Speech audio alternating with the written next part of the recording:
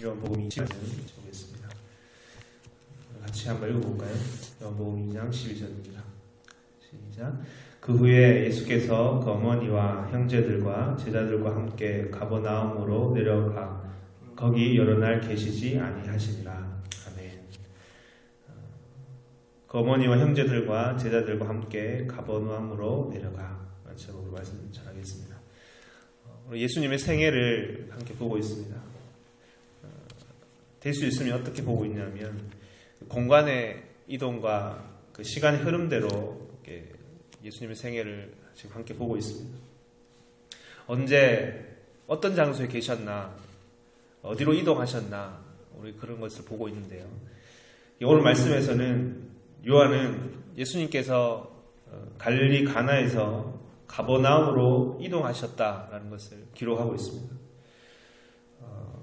태어나신부터 그리고 지금까지의 이동하신 그 지역을 시간 순서상으로 보면 어떠합니까? 베들레헴에서 예수님께서 나셨고 나셨다가 애굽으로 가셨어요.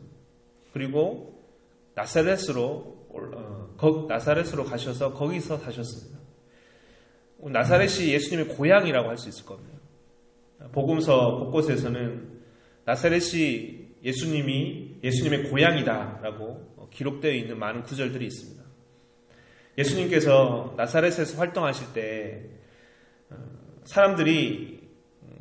나사렛의 사람들이 인간적으로 예수님을 생각하고 판단한 겁니다.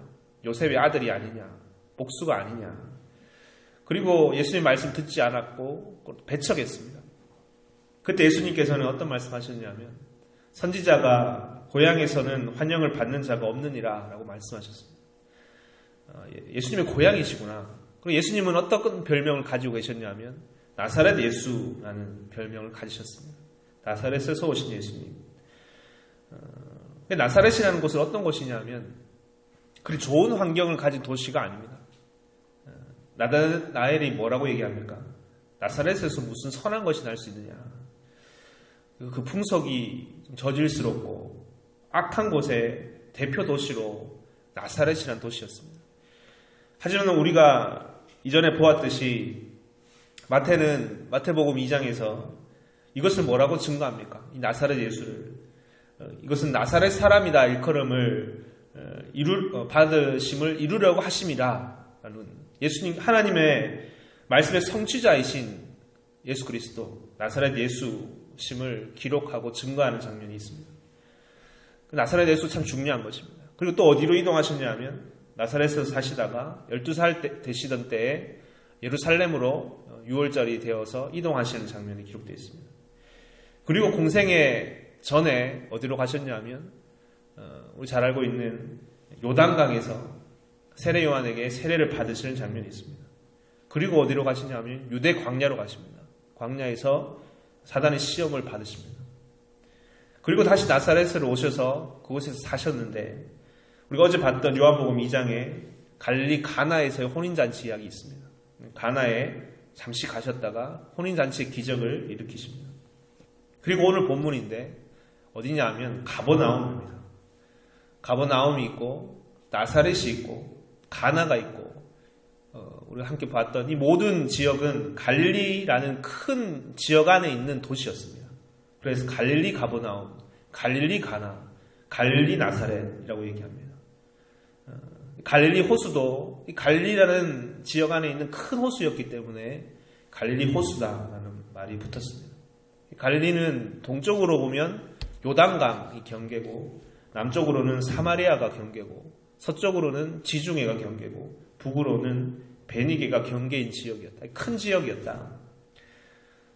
지리 공부하는 것 같지만 예수님의 이 주요 활동 무대를 우리가 함께 보면 우리에게 던져주는 귀한 메시지들이 있습니다. 오늘도 요한이 왜 이것을 기록하였을까요? 왜 예수님의 사역을 얘기하지 않고 예수님의 많은 증거거리들이 있을 텐데 그 중에 왜 예수님께서 이 가버나움으로 이동하신 것을 기록하였을까요? 갈릴리 가버나움으로 가셨다. 이것은 이 안에 있는 중요한 메시지가 있는데 가버나움은 예수님의 제2의 고향이라고 할 수 있습니다. 복음서에서 예수님께서 이 나사렛에서 배척을 당하신 이후에 가버나움으로 가셨다라는 기록이 있습니다. 그리고 그곳에서 사셨다. 오늘 본문에도 어떻게 기록되어 있냐 하면 그의 어머니와 형제들과 제자들이 다 함께 그곳으로 이동했다.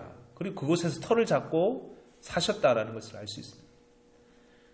특히 가버나움에서 여러분 누가 전도되었냐면 우리 잘 알고 있는 베드로와 안드레와 요한과 야고보와 마태가 전도되었습니다. 그것이 가버나움입니다. 이런 귀한 사람들이 전도되었으니까 가버나움 참 좋은 도시인가 보다 생각할 수 있지만 사실 그렇지 못했습니다. 가버나움은 갈릴리 호수 북쪽에 있는 도시였는데 인구 밀도가 높았고 동방과 서방을 잇는 그런 지중해를 연결하는 통로 역할을 하는 상업의 도시였습니다. 또 어업이 번창했던 곳, 이것이 가버나움입니다. 그렇기 때문에 이곳에는 세관이 있었습니다. 마태가 여기 있는 세관에서 전도가 된 겁니다. 그리고 또 어떤 곳이었냐면 로마의 군대가 주둔했던 곳이 가버나움이었습니다. 지금도 그렇지만 지배자들의 군대가 주둔하고 있는 지역이다라고 하면 어떤 곳이겠습니까? 그 주위에는 음주와 가무와 쾌락을 추구하는 태폐적인 것들이 들어서게 되는 것입니다. 한쪽에서는 그런 문란한 것들이 또 한쪽에서는 칼과 창으로 그것이 앞세워져 있는 굉장히 삭막하고 살벌한 곳일 수 있습니다. 그것이 바로 가버나움입니다. 그런데 주님은 그곳으로 들어가셨다라는 겁니다. 왜냐하면 그곳에 정말 참된 빛이 필요하기 때문에 그렇습니다. 그곳에 생명의 복음이 전해져야 되기 때문에 그런 것입니다. 주님께서는 나사렛에서 배척당하신 이후에 좀 더 좋은 환경, 좀 더 안락한 곳으로 가신 것이 아니라 더욱더 열심히 복음을 전파해야 되는 그곳으로 들어가셨다라는 것입니다. 놀라운 이 가나의 기적을 일으키신 이후에 뭐라고 기록되어 있습니까? 많은 이들로부터 영광을 받으셨다라고 기록하고 있습니다.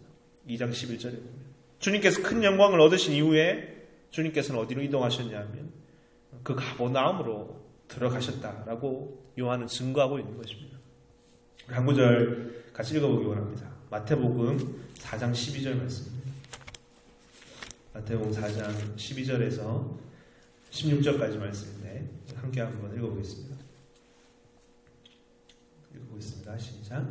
예수께서 요한의 잡힘을 들으시고 갈릴리로 물러가셨다가 나사렛을 떠나 스불론과 납달리 지경 해변에 있는 가버나움에 가서 사시니 이는 선지자 이사야로 하신 말씀을 이루려 하심이라. 일렀으되 스불론 땅과 납달리 땅과 요단강 저편 해변길과 이방의 갈릴리여 흑암에 앉은 백성이 큰 빛을 보았고 사망의 땅과 그들의 앉은 자들에게 빛이 비치었도다 하였느니라. 아멘.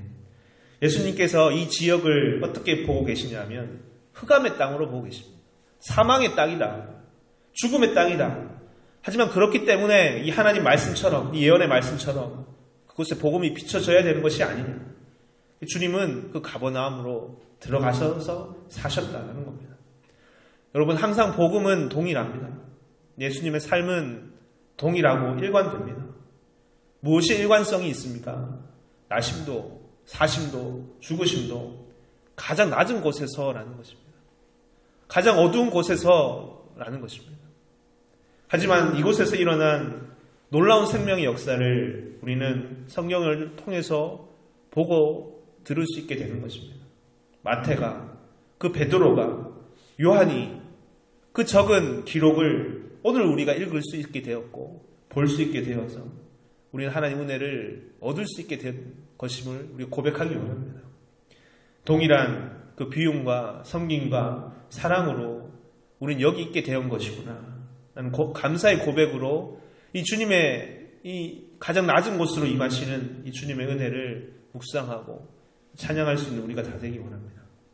이 가버나움으로 들어가시다라는 이 한 세계를 우리 다시 붙들면서 오늘 이 시대에 또한 주님의 관심이 어디 있겠습니까? 주님의 관심은 이 복음이 필요한 곳인 이 어둠의 땅인 사망인 땅인 곳에 있지 않을까? 주님께서 가기 원하시는 그곳으로 우리가 함께 가서 이 귀한 복음의 빛을 전하는 우리 모두가 다 되시기를 주 이름으로 축원드립니다. 아멘. 같이 기도하시겠습니다. 사랑의 주님, 너무나 감사드립니다.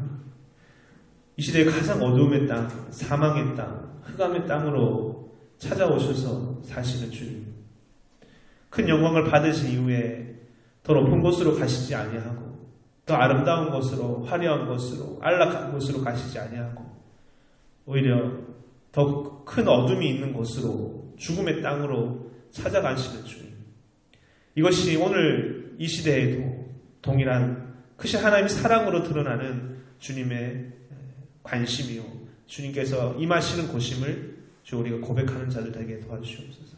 바로 그것으로 오늘 그것이 바로 우리가 있는 자리였고 우리에게 찾아오신 주님의 크신 은혜의 자리였던 것임을 이 시간 다시 고백합니다. 주님, 그 어머니와 형제들과 그 제자들과 함께 가버나움으로 들어가셔서 주님의 또한 귀한 복음의 빛을 드러내셨던 주님의 그 인생을 우리가 함께 보면서 진짜 우리 안에 높아지고 또 우리 안에 더 아름답고 좋은 곳으로만 향하려 했던 우리들의 모습을 다시 비춰보게 됩니다. 좀 크신 사랑 앞에서 우리 스스로를 돌아보게 해주시고, 먼저는 그 사랑의 빛을 받은 우리들임을 다시 깊이 깨닫고 하나님께 영광 돌리는 우리들 다 되게 도와주시옵소서. 정말 버려둠을 당해도 아무 문제 없는 곳으로 찾아오셔서 먼저 손을 내미신 그 사랑의 빛이 오늘 우리에게 쬐이고 있음을 늘 기억하고 사는 우리들 되게 도와주시옵소서. 모든 주님 앞에 감사드리며 예수 그리스도 이름으로 기도드렸습니다. 아멘. 함께 주기도문 하겠습니다.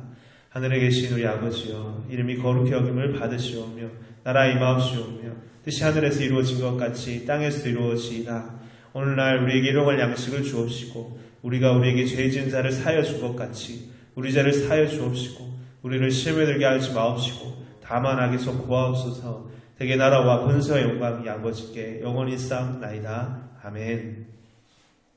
이제 우리가 함께 기도하겠습니다. 먼저 주신 말씀처럼 가버나움으로 들어가셨던 이 주님의 그 인생의 그 모든 삶 가운데 우리에게 비춰지고 깨닫게 해주시는 주님의 섬김과 그 사랑과 비움과 끝까지 그 흑암의 땅 가운데 관심을 두시고 찾아오신 그 주님의 크신 사랑을 오늘 우리의 삶까지 비춰보고 좀 우리에게 주신 크신 은혜 가운데 우리가 살아가는 우리들 되게 해달라고, 또 주님의 삶을 따라 사는 우리들 또한 되게 해달라고 이 시간 간절히 기도하는 시간 되기 원합니다. 기도하실 때 가지고 나오신 기도 제목과 교회 공동체 위해서 기도하시다가 저에게 돌아가시면 됩니다. 같이 기도하시겠습니다.